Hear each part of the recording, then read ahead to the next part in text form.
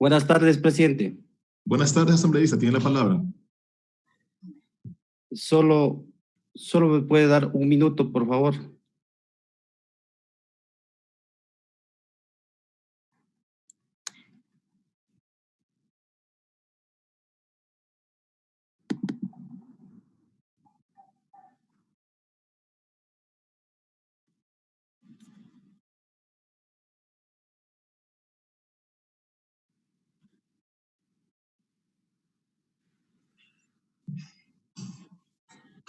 Le escuchamos, asambleísta. Gracias.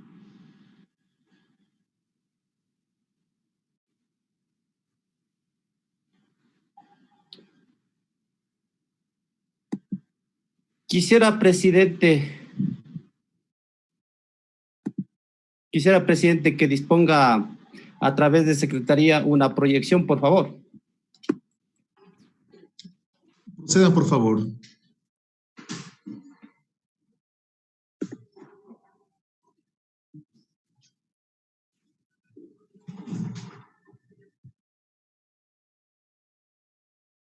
El tema, el archivo de las empresas públicas, por favor.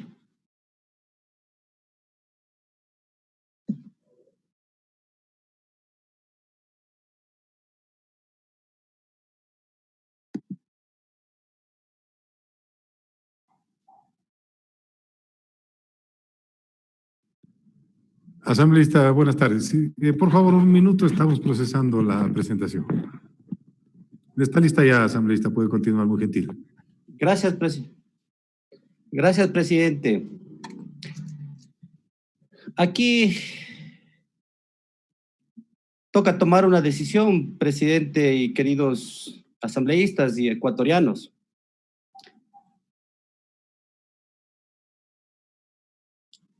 Las empresas públicas necesitan intervención, necesitan control, necesitan que tenga un techo presupuestario por las siguientes razones, presidente. Quisiera que siga pasando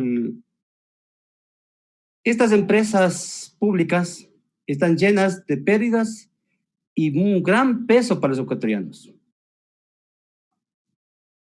Continuemos.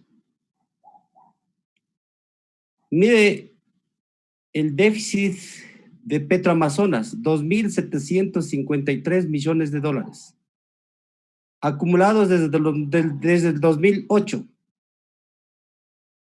932 millones en el 2013, 2015, 1.102 millones, 1.872 millones 2016, 2017, 148 millones y acumulado 2.753 millones. Sigamos.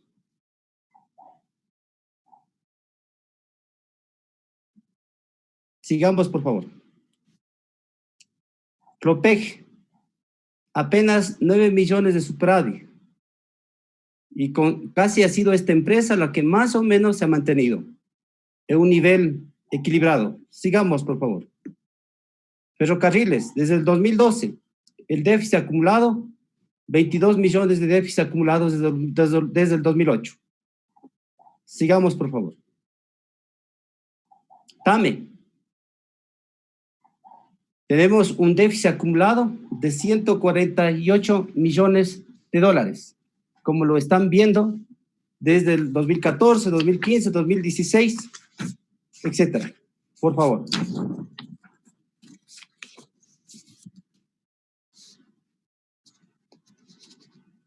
Petroecuador, no sé si la lámina de Petroecuador, por favor. La lámina de Petroecuador que está anteriormente.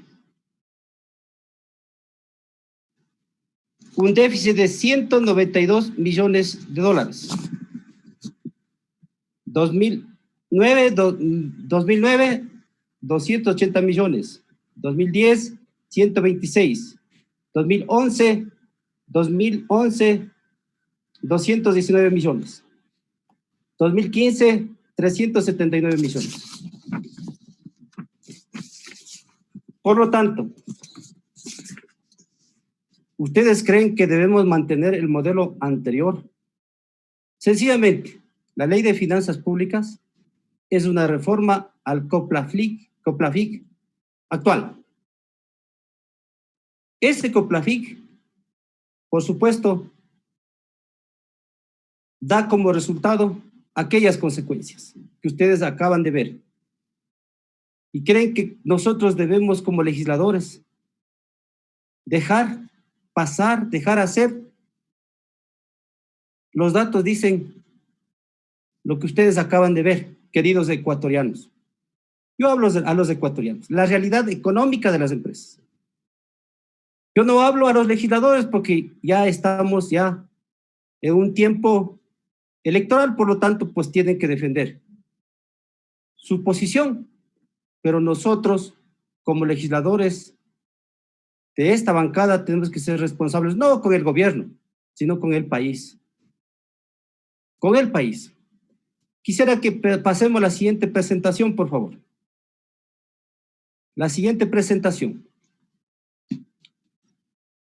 ¿Queremos cambiar este modelo? ¿Cuál es este modelo?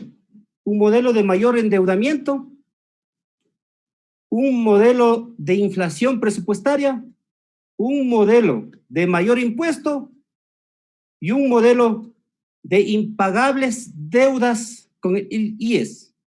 La siguiente presentación, por favor. La deuda, pasemos. Desde el 2002 hasta el 2006, el déficit del presupuesto general del Estado era un promedio del 0.5% del PIB. Pero desde el 2008, el país empieza a registrar incrementos del déficit que llegaría a ubicarse en 5.5% del PIB en el 2013 y 6.3% del PIB en el 2014, lo cual provocó un agresivo endeudamiento. En el 2009, el porcentaje de la deuda PIB era del 16.4%. En el 2015, 32.5%. Finales del 2016, 52%. Sigamos. Servicio de la deuda mayor a la salud y educación. Desde el 2015 se empezó a gastar más en servicios de la deuda que en educación y salud. En el 2016 se destinó en pagar la deuda 8.139 millones de dólares, mientras que en ese mismo año se entregó a salud y educación 7.057 millones de dólares. Sigamos, por favor. La deuda superó el límite legal. En septiembre del 2016 se tenía un coeficiente de deuda PIB agregada del 38%. Y luego, con un decreto ejecutivo número 218 del 20 de octubre del 2016, por supuesto, solo se consideró la deuda consolidada, más no la deuda agregada. Por eso, en octubre de ese año baja automáticamente a un nivel consolidado del 26.7%, porque existió un manejo fraudulento de la deuda, porque se maquilló, no se tomó en cuenta ni la deuda del IES ni la deuda del Banco Central. Por lo tanto, se superó más allá del 40%. Sigamos. Contratos reservados y falta de transparencia. El nivel de endeudamiento aumentó considerablemente y una de las principales fuentes crediticias fue China. Los contratos nunca se hicieron públicos porque contenían contenían y contienen cláusulas de confidencialidad que han impedido hasta la actualidad que se conozcan las condiciones reales de esas deudas. En pleno terremoto se pagaron 6.000 millones de dólares en el 2016. Sigamos. Altos intereses de la deuda. Se llegó a contratar deuda a más del 10% de interés y a plazos muy cortos de 4 o 5 años, lo que puso en riesgo la sostenibilidad de la deuda ecuatoriana a pesar de la preventa petrolera. Sigamos. En cuanto a los impuestos, todos sabemos, teniendo un alto precio del barril del petróleo, a pesar de eso, se puso a más de la deuda, más impuestos. A las herencias y donaciones se llegó a aprobar un impuesto catalogado como confiscatorio y que se cobraba un impuesto que por el hecho de recibir una propiedad de herencia. Todos lo sabemos. Sigamos. Los nuevos impuestos. A la salida de divisas, desde el 2007 se empezó a cobrar el impuesto a la salida de capitales, que gravaba con el 0.5% a quienes enviaban recursos fuera del país, y en el 2012 se incrementó considerablemente al 5%. El impuesto a la salida de divisas ha sido un impuesto distorsionante porque no cumplió los objetivos por los cuales se les creó y más bien se transformó en un impuesto fiscalista, desincentivando la inversión extranjera en el Ecuador, impidiendo la llegada de capitales. Sigamos. Se impuso el impuesto verde. Se lo empezó a cobrar en el 2012 y no fue diseñado para cambiar la conducta de los ciudadanos en pro del medio ambiente, sino para obtener más recursos fiscales. Castigaba a quienes tenían vehículos de más de 5 años de antigüedad y el cilindraje mayor a 1.500 centímetros, con lo cual se recaudó 551 millones de dólares desde el 2012 hasta el 2016, y desde el 2017 hasta el 2019, 354 millones. Sigamos. Se incrementó los impuestos. Se incrementó el valor de los prediales después de la reforma a la ley de tierras. Y ante esta ley se obligó a los municipios a actualizar cada 2 años el valor catastral de los inmuebles, lo que en la práctica implicó una subida en los pagos de los prediales. Se incrementó el IVA al 14%. El terremoto de abril encontró en Ecuador sin reservas ni ahorros para enfrentar la emergencia. El gobierno presentó la ley de solidaridad aprobada por la asamblea anterior y por lo tanto también se despilfarraron todos esos recursos. Sigamos. Incremento irracional de los aranceles. Los niveles de recargo arancelario llegaron a ser del 5%, 15%, 25% y hasta el 45%. Estos recargos aplicaron a 2.970 subpartidas arancelarias de un total de 8.000 que había en el arancel. Se afectó a bienes de capital para industria, agricultura, materias primas, bienes de consumo duradero y no duradero, equipos de transporte, materiales de construcción. El comercio ecuatoriano estaba restringido con estas medidas y se encarecieron todos los productos. Sigamos. Se reformó la ley para que el dinero pagado por los GATS por concepto del IVA ingrese primero al presupuesto general del Estado y después se devuelva a los GATS conforme a la liquidez de lo que se disponga, lo que ha generado miles de deuda por este concepto para los señores afiliados. Sigamos.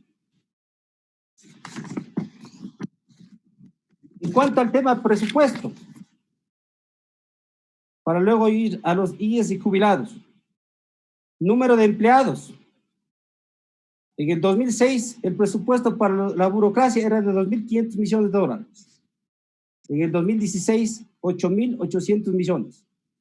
Número de ministerios, 40 ministerios, en comparación a Colombia, que tiene 16 ministerios, y España 22, ambos con mucha más población que el Ecuador.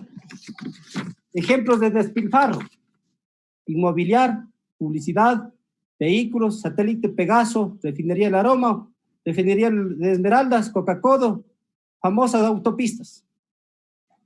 Destrucción de fondos de contingencia, ya lo dijo mi compañero Patricio Donoso, 3.000 millones de dólares por la ley de recuperación de capitales, artículo 1 y 2.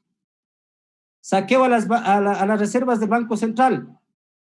El Banco Central llegó a utilizar sus reservas para invertir en títulos, valores o préstamos de corto plazo al Ministerio de Economía y Finanzas por un monto de 5.687 millones, 6% del PIB. El Ministerio de Finanzas, por más que recibió en efectivo esos préstamos, no los pagó en su totalidad y se lo pagó con papeles. Pagó 2.136 millones de dólares en acciones de CFN, Ban Ecuador, CONAFIX, bajo la figura de dación de pagos. Esto afectó Asambleísta, le pido por favor, optimicemos el tiempo, si es tan amable, a ver si podría ir ya quizá ir finalizando con la intervención. Termino, presidente, gracias. Sigamos, por favor. IES. Se decidió eliminar el aporte estatal del 40% de las pensiones jubilares. El IES se quedó así con menos recursos para cumplir con los jubilados y tuvo que usar 1.700 millones anuales de sus ahorros para poder pagar las pensiones, poniendo en riesgo a futuros jubilados. Finalmente, siga la última. Más de 1.200 millones de pago de incentivos jubilares a más de 23.000 jubilados y cerca de 300 millones adicionales en deudas con los jubilados de educación de los años 2008 a 2010.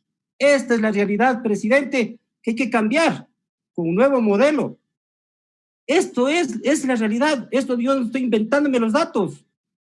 Por eso, presidente, nuestro bloque, pues, votará por el allanamiento, no porque cree apoyar una ley de gobierno, sino porque cree de una u otra manera dar oxígeno a la economía del país. Muchas gracias, presidente.